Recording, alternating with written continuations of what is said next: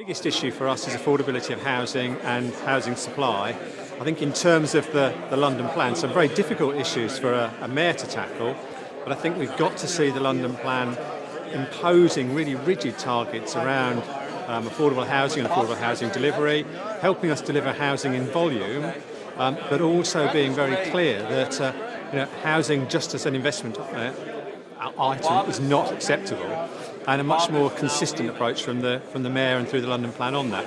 On the other hand, I'd like to see a bit more liberalisation in terms of the mayor not getting so involved in specific standards, how many units off a core, number of north-facing units, etc. So I think at the moment the mayor gets into too much detail. Possibly we need the mayor to be a bit more strategic and a bit less detailed.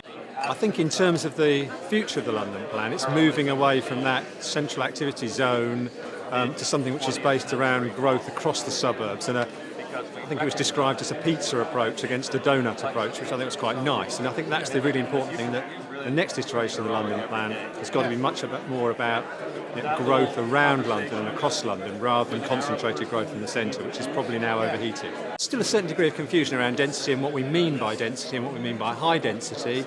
I think the London plan should be looking to encourage more housing, more development, more employment land actually, in certain places, and to identify those. That may mean being taller, maybe being denser than we've had at the moment. It doesn't necessarily mean super density or super height, but I think that's some of the issues that are coming out of the debate today.